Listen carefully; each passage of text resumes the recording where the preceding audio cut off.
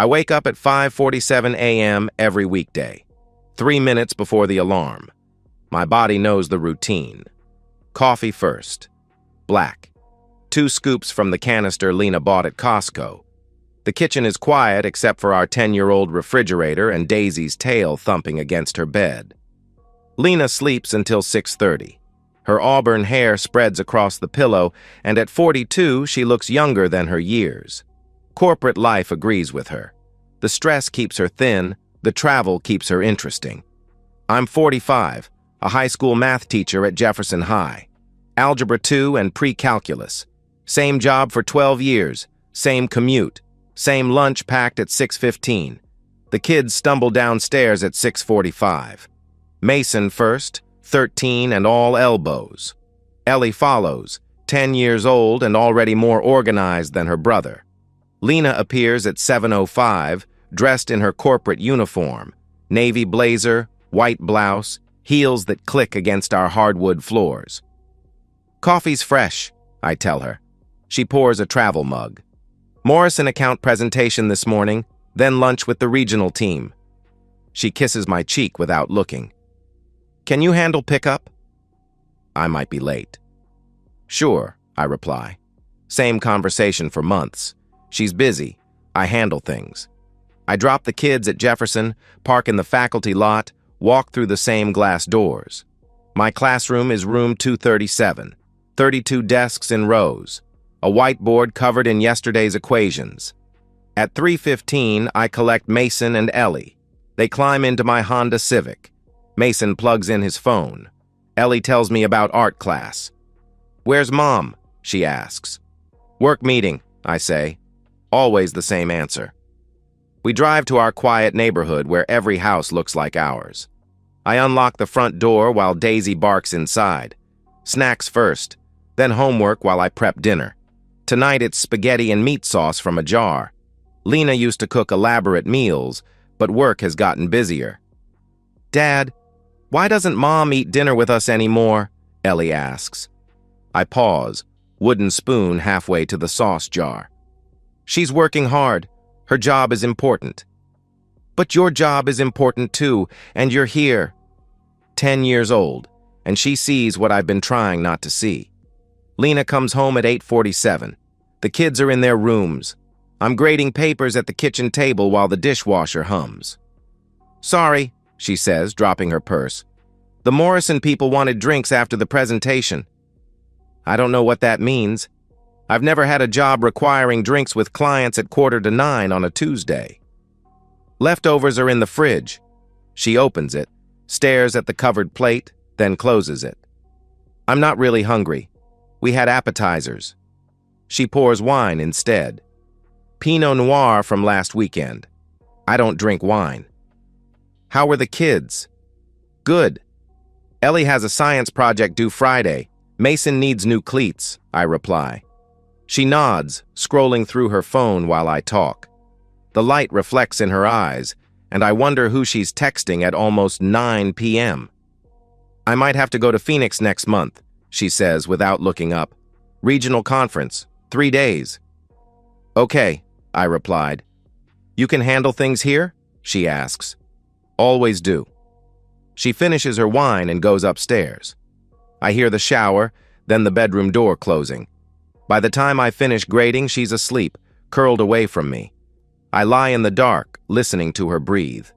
17 years of marriage, and this is what we've become. Parallel lives on separate tracks. She has her career, her travel, her late meetings. I have the kids, the house, the routine that keeps everything running. Maybe this is normal. Maybe this is what long-term relationships look like after excitement fades. Maybe I'm expecting too much. But lying here, listening to my wife breathe like a stranger, I can't shake the feeling that something fundamental has shifted. The foundation I thought we'd built feels hollow underneath. I just don't know what's living in that empty space yet. The soccer banquet is held in Jefferson High's cafeteria every November. Same folding tables, same pizza from Mario's, same awkward mix of parents making conversation while kids horse around. Mason's been playing for the Wildcats since he was 8. Lena was supposed to come, but work ran late again. I text her a photo of Mason receiving his trophy. No response. Coach Patterson steps up to the microphone. Before we wrap up, I want to thank our assistant coaches. He calls up Tyler Marks and Steve Chen. Tyler handles conditioning and defensive drills. Mid-30s, good-looking, drives a black pickup with oversized tires. Played college ball at Auburn. I excuse myself to find the restroom. Walking back, I hear voices from the alcove near the equipment room. Crazy busy this season, Steve Chen is saying. Tell me about it, Tyler responds. But hey, it's got its perks. I slow down, hidden by the trophy case. What kind of perks? Tyler laughs, low and crude. Some of the soccer moms are more appreciative than others. My chest tightens. Come on, man. You're married, Steve answers. So are they.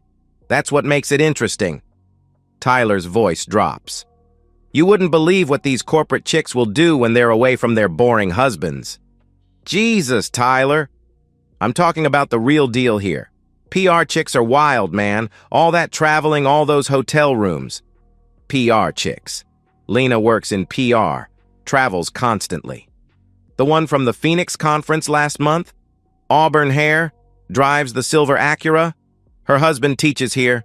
Math teacher, I think. Nice enough guy, but totally oblivious. The hallway tilts. Lena was in Phoenix last month.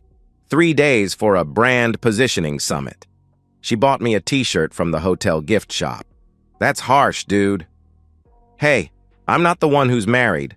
Room 847, twice in one night. Told me her husband thinks she's in meetings. Blood rushes in my ears. I walk back to the cafeteria on autopilot. The fluorescent lights seem too bright. Everything looks artificial. Mason runs up with his trophy. Dad, can we get ice cream? Sure, buddy. My voice sounds normal, like nothing happened. Lena is at our kitchen table when we get home, laptop open, wine glass within reach. How was the banquet? Fine. Mason got most improved player. She smiles. That's wonderful. I'm sorry I missed it. Mason shows her the trophy, tells her about the pizza. She listens with the right expressions.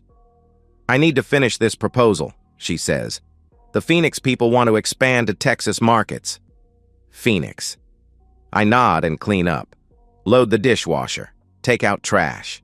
Normal Tuesday routine. Lena stays at the laptop until 11. I'm in bed when she comes upstairs.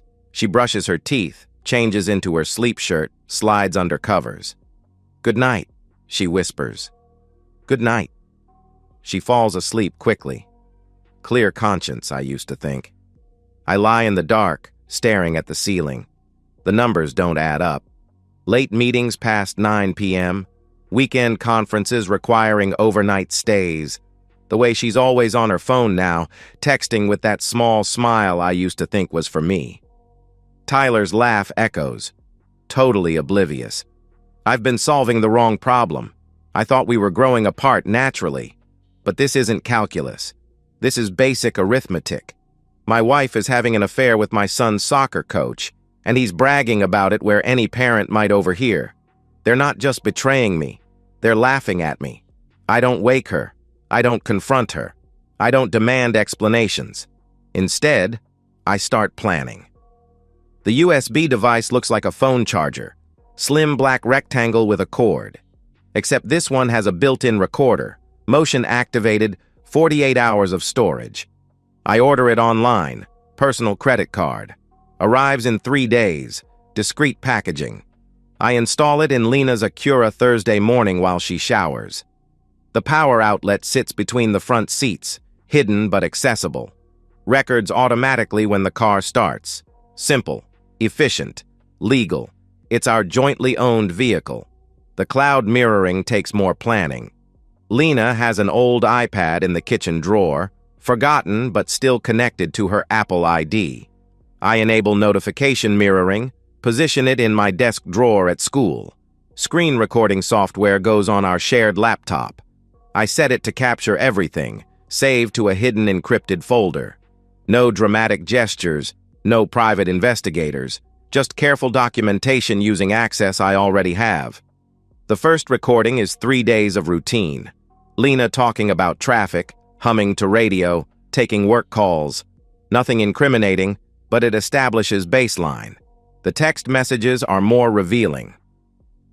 Friday, 11:47 p.m. Tyler. You looked good today, Lena. Stop, Tyler. Can't help it, Lena. Cole's right downstairs. I screenshot everything. Date stamps, phone numbers, content. Saturday, 2:15 p.m. Lena. Kids are at my mom's until 6. Tyler, your place? Lena. Too risky. Hampton Inn on 280. Tyler. Room number? Lena. 237. Funny coincidence. Room 237. My classroom number. Bank records tell their story. Hotel charges I didn't know about. Restaurant bills for 2 when she claimed to eat alone. Victoria's Secret purchase. Lingerie I've never seen. I open a separate account at a different bank. Transfer money in small amounts. Not stealing. It's my salary too. But I need resources she doesn't know about. The lawyer consultation happens during lunch. Sarah Morrison, family law attorney. Her office is downtown, 20th floor with a view. What can I help you with? I slide a folder across her desk. I need to understand my options. She scans the printed emails and screenshots. Her expression doesn't change. How long has this been going on? She asked. 4 months documented. Probably longer. Children? She questions. 2. Mason 13, Ellie 10, I reply. She makes notes. Alabama is no fault, but adultery impacts custody and alimony. This documentation is thorough. I'm a math teacher. I like data. What are your priorities? She asked. Full custody. I don't want them living with someone who lies this easily. Courts prefer joint custody unless there's unfitness evidence, she replies. She's having an affair with their soccer coach, in hotel rooms paid with family money while lying to me and the kids. How is that not unfitness? It's adultery. That's different. But this documentation helps. Keep collecting, but nothing illegal, she replies. Everything here came from jointly owned devices, I answered. Good. Continue that pattern. And Mr. Whitaker, don't confront her yet. More evidence means stronger position. The next recording comes 2 weeks later. Lena's voice clear and casual. He's so predictable. Every morning, same routine. He never suspects anything because he never looks beyond his little schedule. Tyler's laughter in background. What does he think you do during work trips? Meetings, presentations. He actually believes I work 16-hour days in Phoenix. I told him the Morrison account required weekend research. He just nodded. How do you stand it? He asked. He's a good father, reliable. But Cole thinks love is meal prepping and homework help. He has no idea what passion looks like. I play it 3 times, memorizing every word. Predictable, reliable. No idea what passion looks like. 17 years of marriage, and this is how she describes me to her lover. Not cruel exactly, but dismissive. Like I'm a functional appliance she tolerates. That night I watch her sleep. She looks peaceful, content. Perfect arrangement. Stable home with predictable husband handling responsibilities. Plus excitement with younger man who makes her feel desirable. All benefits, no consequences. But every equation must balance. She's created a debt, and it's time to calculate interest. I don't confront her. I don't demand explanations. Instead, I keep building my case, preparing for the moment when I'll show her exactly how much this predictable man has been paying attention. She thinks I don't understand passion. She's about to learn that revenge is passion refined into mathematics. Cold, precise, and devastating when applied correctly. 2 days before Lena's annual branding summit, I print everything. 47 pages of texts, 12 hotel receipts matching supposed work meetings, screenshots of her calendar showing strategy sessions that were Hampton Inn afternoons, audio transcriptions with timestamps. The package looks professional, clean, like a research report. I make 3 copies, Each goes in a manila envelope with typed address labels. No return address. Just facts, organized chronologically, with a cover letter. Please find enclosed documentation regarding employee Lena Whitaker's conduct during company travel. This may be relevant to your conduct policies and professional standards. All materials obtained legally from jointly owned devices. First envelope to HR. Second to legal. Third to the CMO, Lena's boss's boss. I mail them Tuesday. Overnight delivery, signature required. They'll arrive Wednesday, one day before summit. The school board gets separate package. Different approach, different evidence. This focuses on Tyler's professional conduct. School employee pursuing relationships with parents, using facilities for personal communications. I include the audio where he brags about soccer moms and PR chicks. Screenshots of texts sent during school hours. Timeline showing how his relationship with Lena developed during soccer season. Please find enclosed evidence of professional misconduct by Tyler Marks. Mr. Marks has used his position to pursue inappropriate relationships with parents, creating conflicts that compromise program integrity. I sign this one. Tyler will know who reported him. Wednesday morning, normal routine. Coffee at 5:47, kids at 6:45. Lena leaves early for pre-summit preparation. Kisses my cheek, says she'll be home late because of planning dinner. Break a leg, I tell her. She smiles, grabs her coffee, drives away to what she thinks is just another day. My phone buzzes at 10:23. Unknown number. This is Janet from HR. We need your wife to call immediately. I don't respond. Second text at 11:15. Cole, this is urgent. Lena's not answering. Do you know where she is? I delete it. During lunch, Mrs. Henderson calls. Cole, doctor. Phillips wants to see you. His office is cramped, filled with filing cabinets and motivational posters. Cole, we need to discuss a personnel matter. Tyler Marks has been placed on administrative leave. The board received allegations about his conduct. I nod. What kind of allegations? Inappropriate relationships with parents. Misuse of school resources. He studies my face. You wouldn't know anything about this? Tyler coaches my son's team. If there are conduct issues, parents should know. Did you file a complaint? Yes, I replied. I pull out a printed transcript. The conversation I overheard, typed like a deposition. I heard him bragging about sexual relationships with married parents. That seemed like something the board should evaluate. Dr. Phillips reads without comment, expression getting grimmer. This is serious, Cole. If Tyler figures out you're behind this... Dr. Phillips, I documented factual statements and conduct violating board policy. If Tyler wants to retaliate, he's welcome to try. My phone stays silent until 3:45. Then it explodes. 7 missed calls from Lena. 12 texts. Cole, call me now. Something happened at work. They're saying horrible things. Please answer Cole. They fired me. They fired me. Where are you? I pick up Mason and Ellie as usual. When we get home, Lena's Acura is in the driveway. I find her at the kitchen table, still in business clothes but disheveled. Mascara streaked, hair falling out of professional arrangement. Open wine bottle, half empty. Cole. Her voice is raw. We need to talk. I set my keys down. Kids, homework upstairs. They exchange a look but don't argue. I sit across from Lena at the table where we've shared thousands of meals. They fired me, she says. I know. Her eyes widen. You know? How? Understanding dawns. Janet called you? Yes. What did she tell you? I reach into my bag, pull out a thick folder. Her name on the tab in my handwriting. I open it, spread contents across the table. Printed emails, text screenshots, hotel receipts, bank statements, photos of lingerie I've never seen. Lena stares like they're written in foreign language. How long have you known? She whispers. 4 months of documentation. Suspected longer. She picks up a text printout, reads her own words. Hands shake. Cole, I can explain. No need. Evidence explains itself. This isn't what it looks like. I pull out my phone, press play.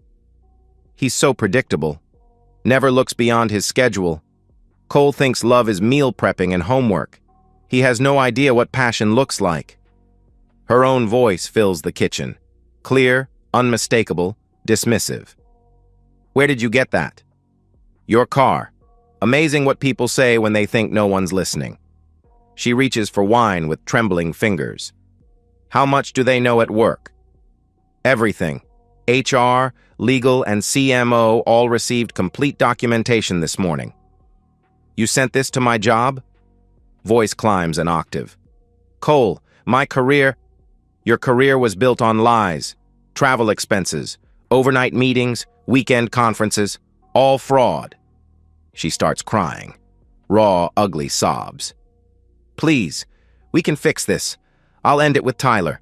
Find another job. Counseling. Tyler's been fired too. Crying stops. What? Administrative leave pending investigation. School boards don't appreciate employees who brag about being intimate with parents. She stares like seeing a stranger. You destroyed both our jobs. Tyler should have thought about consequences before bragging in school hallways. I stand, collect papers, return them to folder. Where are you going? She asked. To pack, I replied. Pack? She questions. Filing for divorce tomorrow, full custody. The kids and I are moving to Oak Street, 2 bedrooms, month to month. She follows upstairs. Cole, you can't take my children. Our children. And yes, I can. Adultery, financial deception, job loss due to misconduct. Any judge will see the pattern. In our bedroom, I pull a suitcase from the closet, start packing. This is insane. You're destroying our family over a mistake. I stop, turn to face her. A mistake is forgetting milk. This was 4 months of deliberate deception, planning, theft, lies to me, the kids, your employer. I never meant... You told Tyler I was predictable, reliable, that I had no idea what passion looked like. I zipped the suitcase. You were wrong about that last part. Downstairs, the kids pretend to do homework while obviously listening. Mason, Ellie, pack some clothes. We're staying somewhere else. Why? Ellie asks, voice small. I look at Lena. Give her one chance to take responsibility. She just stands there, wine glass in hand, saying nothing. Because sometimes adults make choices that hurt families, and when that happens, other adults have to protect the people they love. Mason understands first. 13, old enough to know dad packing suitcases means something permanent broke. Ellie starts crying too. I kneel, pull her close. It's going to be okay, sweetheart. Over her head, I meet Lena's eyes. She wants to say something that might fix this, might undo 4 months, might make me the predictable husband who looks away. Instead, I pick up my keys and head for the door. Cole, she calls. I turn back. I never meant to hurt you. I know, I say. That's what makes it worse. The rental on Oak Street costs $1,200 monthly, furnished. Nothing fancy. Beige carpet, white walls, mismatched appliances. But it's clean, and it's ours. Kids get their own rooms. I take the pull-out couch. It's like camping, I tell Ellie the first night. Will we go back home? She asks. This is home now. Mason adjusts faster. 13, old enough to understand families sometimes break. He focuses on gaming console and Wi-Fi password. I file divorce papers Friday morning. Sarah Morrison meets me at courthouse, all business in her dark suit. The adultery documentation is solid, she says on courthouse steps. Won't require fault for divorce, but impacts custody and alimony. I don't want alimony, I want my kids.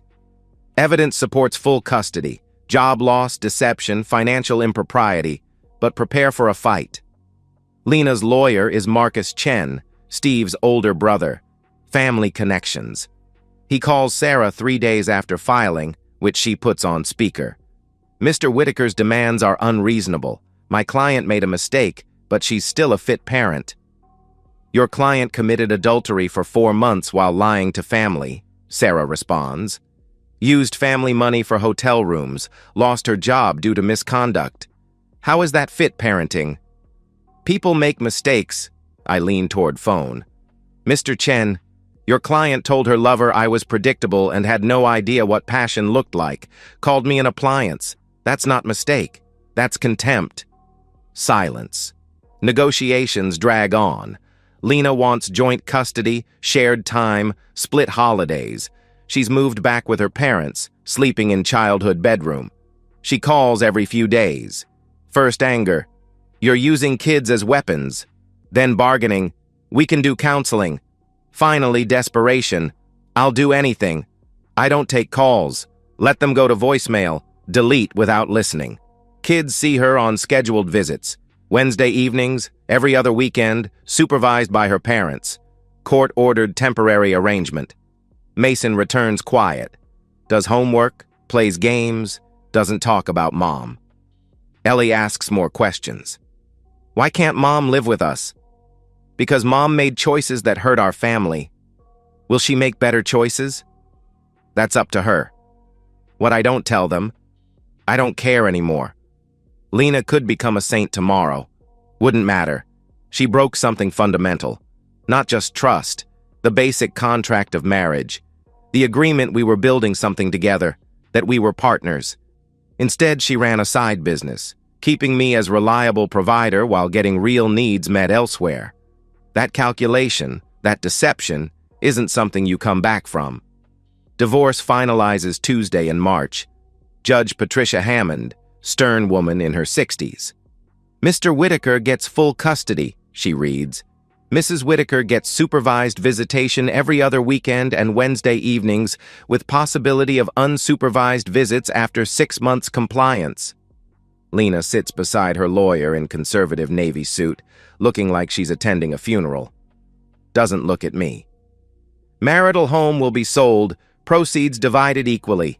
Mr. Whitaker keeps pension and 401k. Mrs. Whitaker keeps personal belongings and car. Judge Hammond signs with practiced flourish. Divorce granted. 17 years ends with judicial signature and legal documents. Outside courthouse, Lena approaches me. Her parents wait by their car. Cole, she says. I stop, turn. She looks older, tired. Corporate polish gone.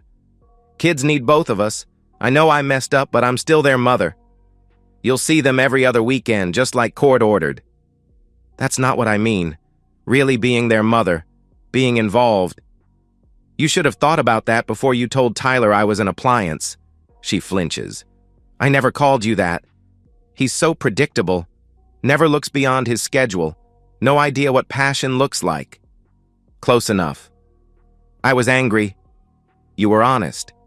When people think no one's listening, truth comes out. I check my watch. I need to pick up the kids. Can we try to be friends? For Mason and Ellie. We can be civil co-parents who communicate about schedules, but friends? I shake my head. Friends don't lie for 4 months.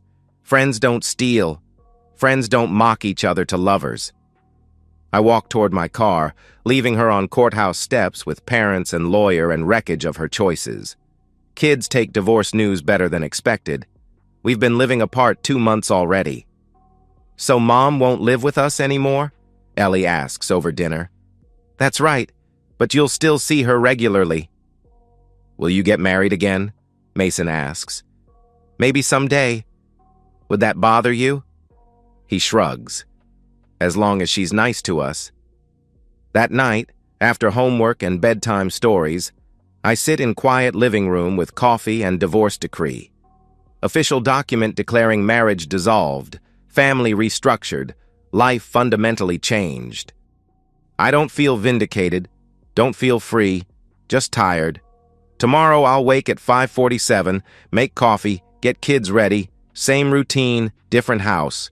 Mason has soccer tryouts next week, different team, different coach. Ellie wants Saturday art lessons. Life continues, always does. But tonight, in quiet of this rented house with sleeping children down the hall, I allow myself one moment of satisfaction. Lena thought I was predictable, reliable, too focused on routine to notice what was happening. She was wrong. I noticed everything, documented everything, used that information with surgical precision. The reliable husband she took for granted turned out to be the one person she should have feared crossing. 6 months later, I wake at 5:47 a.m. in the same rented house. Routine hasn't changed, but the weight feels different, lighter. Mason hit a growth spurt over summer. Taller than me now, all gangly limbs. New soccer team suits him. Coach Peterson focuses on fundamentals, treats kids like athletes instead of entertainment. Ellie started 5th grade with unexpected confidence, made new friends who don't know our history. To them, we're just the nice math teacher and his daughter who draws incredible horses. My divorce isn't secret. Small town, everyone knows everyone's business. But it's not the scandal I expected. Other teachers nod sympathetically, share their own stories. Parents are polite, professional. Few single mothers have made coffee interest clear, but I'm not ready for that complexity. Lena keeps scheduled visits with mechanical precision. Every other weekend, Wednesday dinners. Picks them up exactly on time, returns exactly when court ordered. We communicate through co-parenting app that timestamps messages, keeps lawyers out of scheduling conflicts. She found work in Atlanta. Marketing coordinator for healthcare nonprofit, 40% pay cut, but it's work.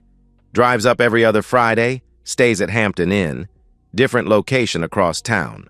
Probably can't stand sight of the 280 location. Kids adapt to routine. Mason talks about mom like dentist appointments, necessary but not exciting. Ellie still asks questions. Why don't you and mom talk more? We talk when needed, about schedules and school, but not like friends. No, sweetheart, not like friends. She accepts this. 10 years old, already learning some broken things don't get fixed, just managed. Tyler moved to Tennessee after investigation concluded. Lost teaching certificate, had to find work outside education. Heard his wife filed for divorce, took kids back to Mississippi. Another family destroyed by his need to brag. I don't feel guilty. Tyler made choices when he decided to pursue married parents, when he laughed about clueless husbands in school hallways. Actions have consequences. Basic mathematics. Thursday evening in October, while kids do homework, my phone buzzes. Unknown number. This is D. Lena's friend. Can we talk? D. Remember her from school functions, work parties, tall, blonde, always laughing too loud. One of the friends who knew about Tyler and said nothing. I delete without responding. She tries again. Please, it's important. Lena's not doing well. She needs help. 4th message.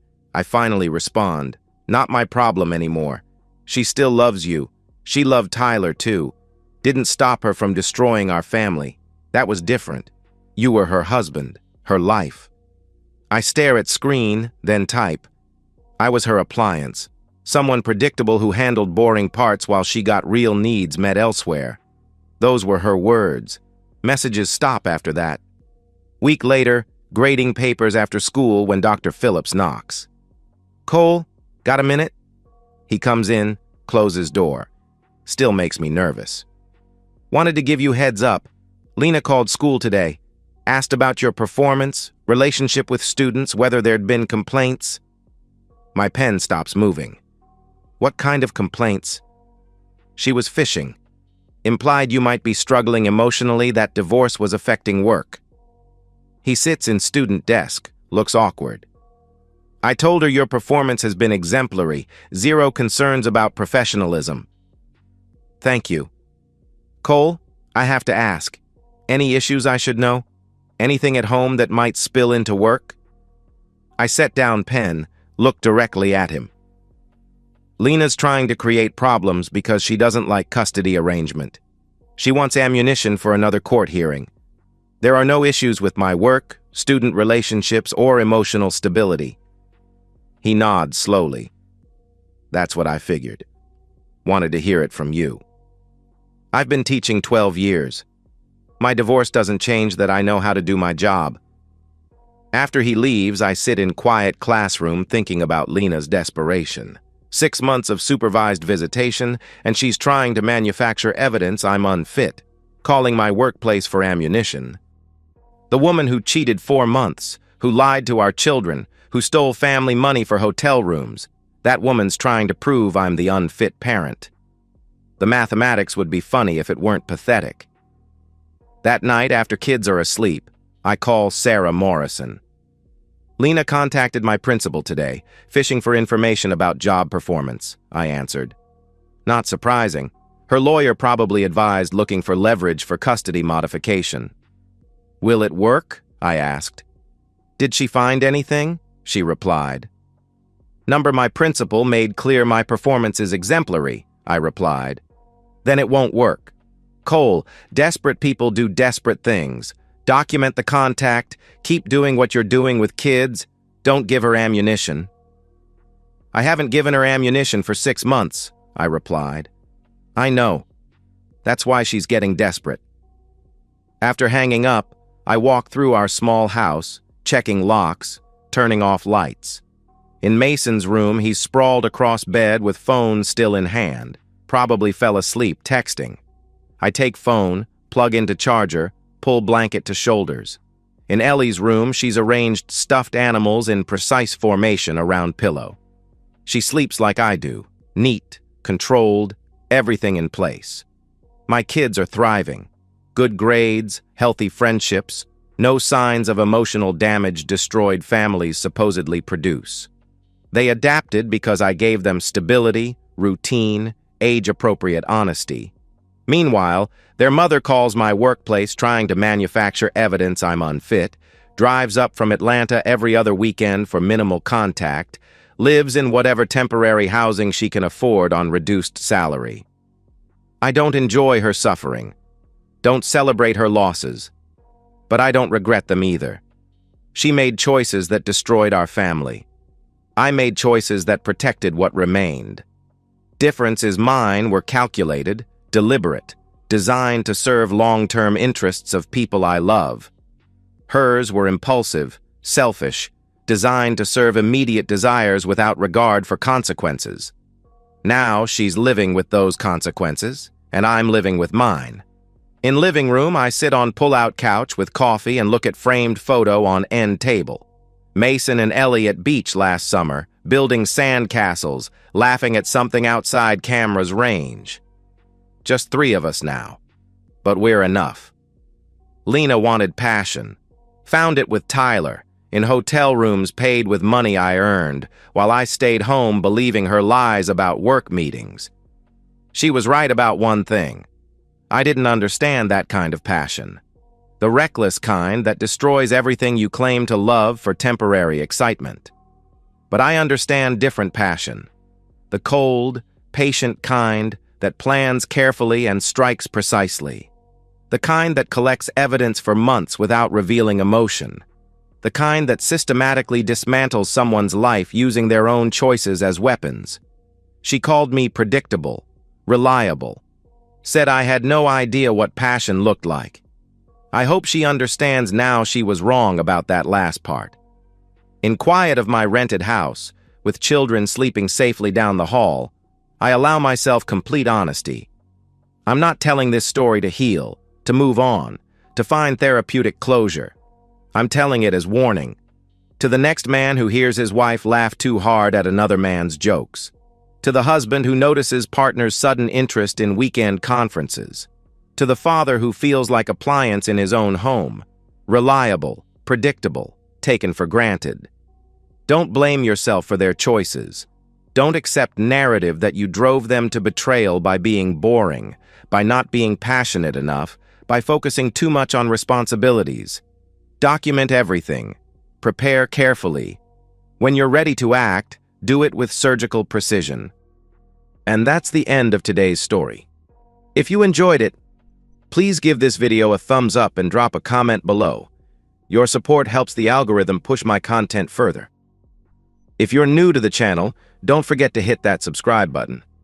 It really helps me keep creating more stories for you. Thanks for watching, and I'll see you in the next one.